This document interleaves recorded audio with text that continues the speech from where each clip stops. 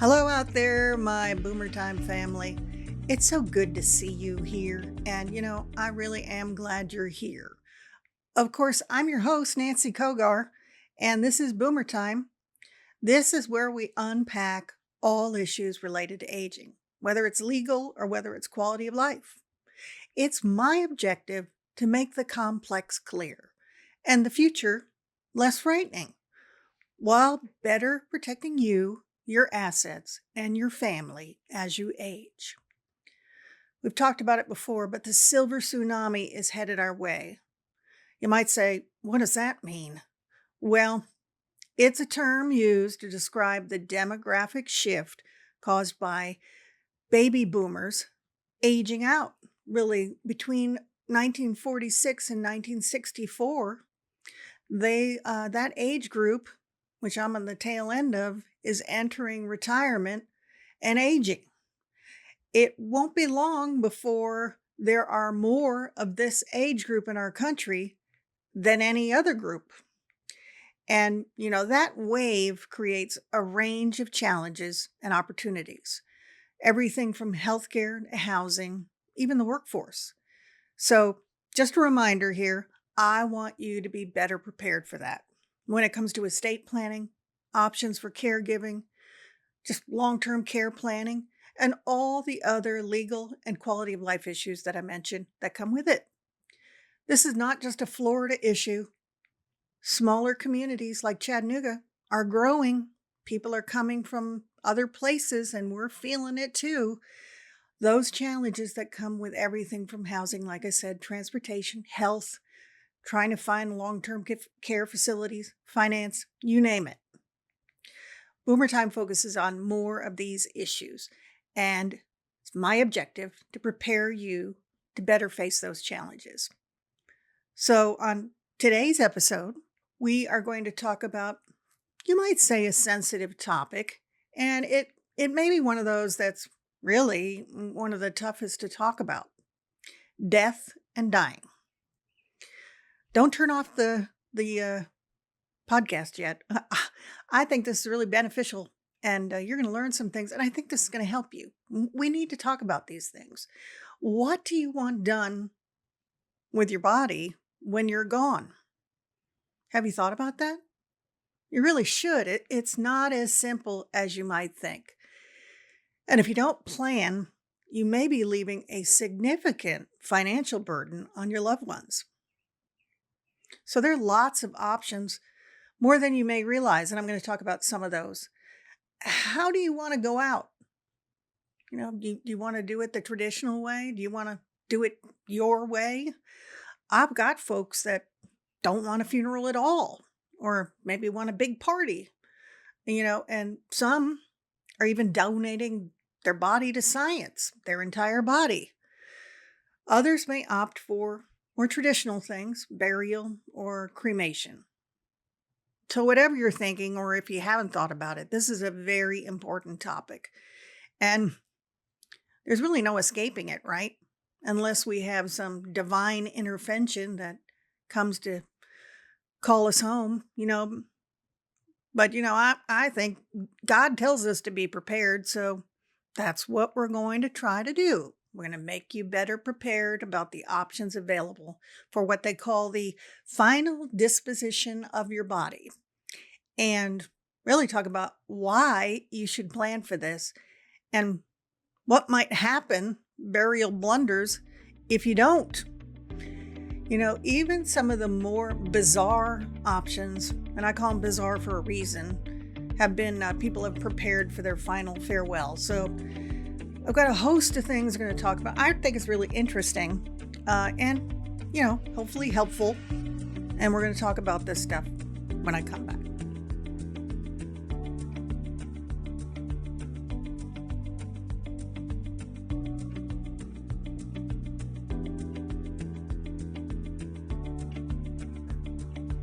Welcome back to Boomer Time. I'm your host, Nancy Cogar, and we are talking about death and dying and the final instructions that you leave for you and your remains and your final affair, your memorial service, funeral, party, How do you want to go?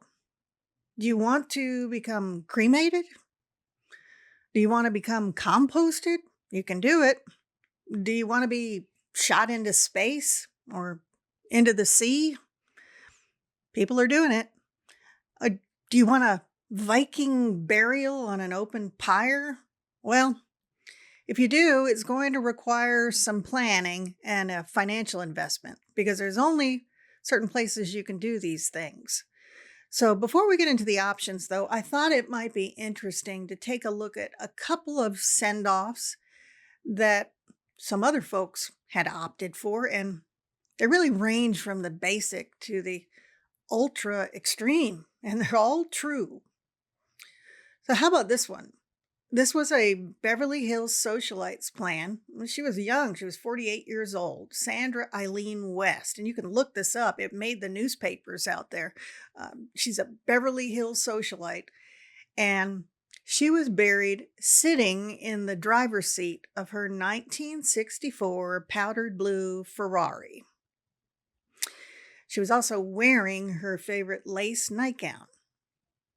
So that all took some doing because there's lots of environmental and legal hoops that you have to jump through.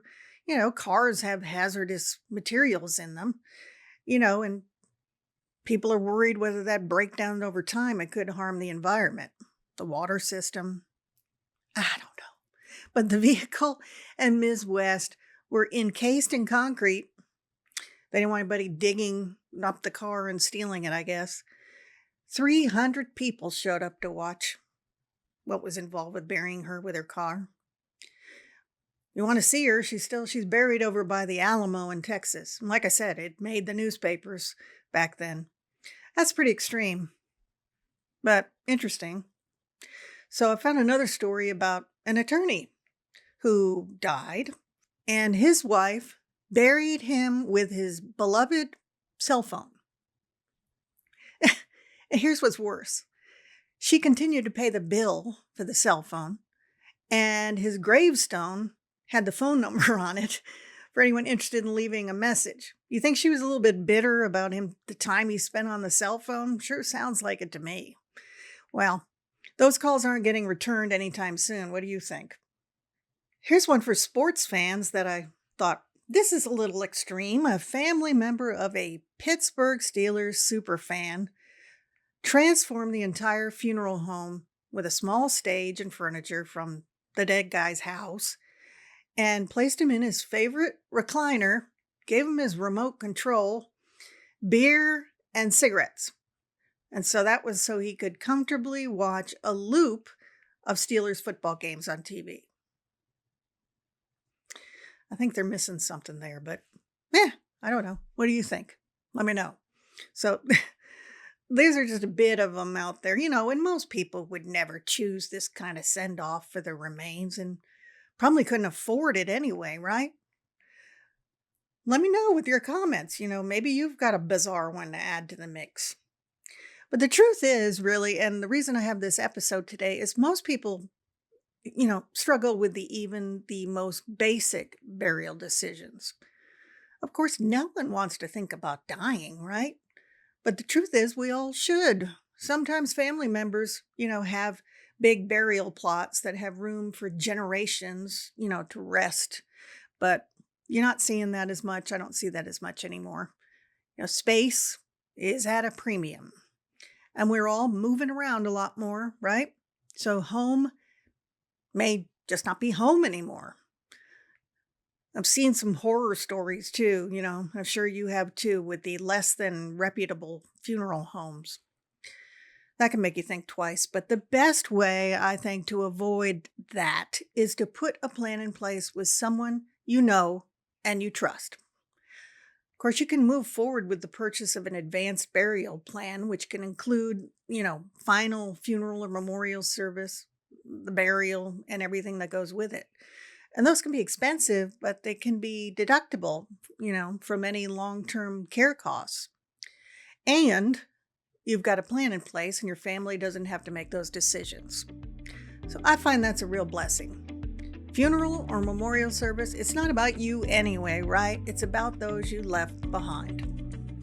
So there are a lot more options available to you and give you the opportunity, some of them, to leave a legacy behind with your body. I want to talk about that in just a minute.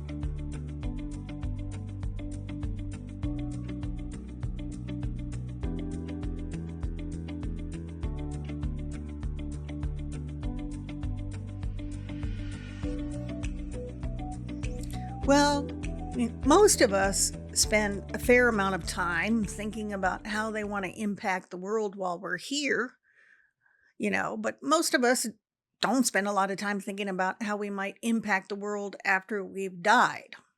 Probably for obvious reasons, right?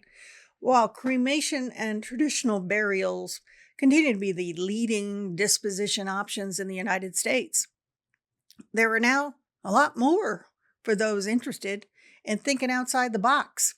Quite literally, right? Here are 7 alternatives that you may not have thought of, and it's not an exhaustive list, okay? There are a lot more. I just thought these were interesting. So, number 1, if you want to be earth friendly, you can demand an eco-friendly disposition. These keep increasing. There's a growing number of what they call green cemeteries. They are certified by the Green Burial Council. Some of the key factors of a green burial include embalming with environmentally friendly products, the use of biodegradable burial containers or shrouds, compostable, I guess, and grave marker restrictions aimed at preserving natural views. On top of that, environmental benefit supporters often feel that there's a more natural contribution to the cycle of life this way. So that brings me to my next option, which is composting. You can even take it a step further, when you're looking at environmental last wishes, and you can have your remains composted. It's called, if you want to look it up, a natural organic reduction. And it's still a form of final disposition where your bod is buried in the ground. Okay? But the key difference is that it's buried with natural organic reduction materials. There's no casket, there are no trinkets, and you don't have any regular clothes on, but you're put into the burial plot. Your body is, that is, and it's not meant to stay there. So all the organic materials in there with your body will break down into compost for plants over the next 30 to 90 days. That'd be nice for having a garden dedicated to you. Well, you remember seeing this in the old black and white movies. They still do it, resting at sea. You could still consider a burial at sea. This was primarily used, of course, originally for those who died while serving in the Navy. But interest in these full body burials at sea, full body burial, okay, this is not cremation, is increasing, both from those seeking a more eco-friendly burial option, as well as those that feel connected to the ocean. They appreciate the symbolism there. And if you go this route, your body will be put overboard in a biodegradable weighted shroud. Be forewarned, though, due to the need to have a charter boat and comply with regulations, a full body burial at sea can be expensive, upwards of $10,000. I've had some clients opt for this one, and this is another one where you either have to believe in it or not, and that is donate your entire body to science. Donating cadavers, or your body, plays an important role in medical training and research. Many medical schools have anatomical gift programs. That includes the University of Tennessee at Knoxville. It has a body farm, they call it, which is available to medical students. And the donated cadavers are used to learn anatomy and surgery techniques before they cut into a living person. That makes sense, right? And as an added perk, most medical schools cover the cost of transportation, you know, generally within a specific area, but they'll come get the body. And they'll also cover cremation once they're finished with using the cadaver. So it really makes it one of the most affordable methods of final disposition. And you're making a difference, right? You're helping future doctors and medical staff learn about the human body. So you're helping someone else that might be helped by them in the future.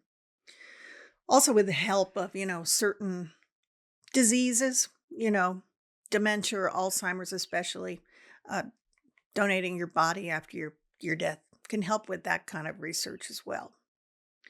Well, here's one I wouldn't necessarily think of, but fighting crime. Ever thought about donating your body to a forensic research facility to help those students learn about body decomposition and those types of things for police evaluating crime scenes? I see a lot of those shows. Maybe if you're into that, you may be helping professionals solve real future crimes. Okay. That could be a way to give back once you're done with your body. Tennessee is on board with that and it has an option, but not all states do. So you should check on that. Well, what do you think so far? These are interesting ideas, aren't they? I've got a few more when I come back.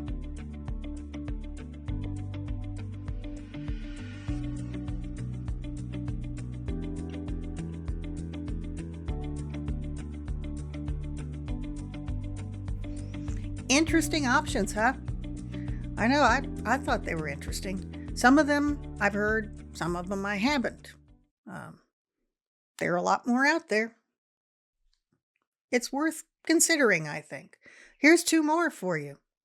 If you didn't like any of those, how about sending your ashes into space? Maybe Elon can put you on one of those rockets. I don't know. But if you prefer to leave our atmosphere, you've had it with Earth, and you want to be sent into the unknown or the great beyond of the universe, you can choose to have your ashes sent into space. There are companies that will do that for you. It's an option, okay? You have multiple options. You could be orbited around Earth. You could have your cremains sent to a planet or the moon. There's a company talking about starting to put cremated remains on the moon. It's just everybody's got something, right? It just doesn't surprise me anymore. But these are things that are out there. And I do think, bottom line, these are important. These are important issues not to ignore. And you should sit down and examine these and talk with your family about these and develop a plan. So one more. If you're a fan of Game of Thrones, right, you may opt for a Viking burial. What do you think of that? Funeral pyre and open air cremation. Well, if that's for you, there's only one place in the United States where that's permissible at the moment, and it's in Colorado. So there's an end-of-life project there that's established a legal permanent cement pyre, which they conduct open-air cremations, Viking funerals, through the service that's available to people there. I don't know if people from other states can ask to use it. There's some concerns about, the smoke that comes from the fires, but, they say that's minimal. And they're not depleting wood. They are using pine from some of the beetle kill trees. So they say that's helping to prevent future forest fires. The whole cremation takes about 2 hours and uses about a fourth a cord of wood. Game of Thrones send off anyone? Any of these appeal to you? Like I said, I'm always surprised at what people come up with. And these are not that far off from what I've heard. So not for everybody. That's okay. Do you have an idea? Have you heard another one? Share it with me. Reach out to me at nancycogar.com. All right. Well, just a few final thoughts. As I began, the bottom line is that we should be giving this final disposition of remains, what we want to happen after we pass to our body and so forth, some less than cursory thought. We should spend some time thinking about this seriously and make some decisions and put something behind it so that what you want happens. Burials and memorial services, those can be a significant expense. Some families just don't have the resources for that. That can lead to other things too. I talked about burial blunders. That's possible. You'd have to go to the county and ask the county to help with cremation or disposal of the remains. And they don't always do that. So it makes sense. And of course, I want to say too that just creates more grief and stress for people that are grieving over you. So it makes sense, come on, to put something in place, even if it's simple. All right? It's really a gift, like I said, to those you leave behind. And you are avoiding potential confusion and conflict. This is an emotional time, right? Talked about those scenes at the funeral home. It's happened. Let's not do that. So, final disposition of remains is what we talk about as part of the estate planning process as well. I'm not going to force you to go one way or another, but it is part of the discussion. And we do talk about these things. And I think you should. I think it should be part of your estate plan. So why not?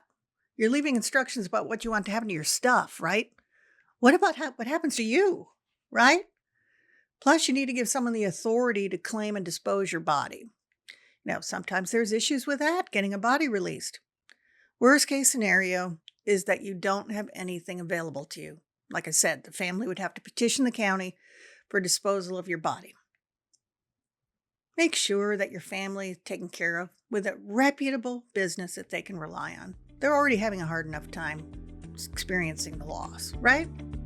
So, want some help with that? Call me. We can schedule a strategy session and we can take care of all of it. All right? I'll see you soon.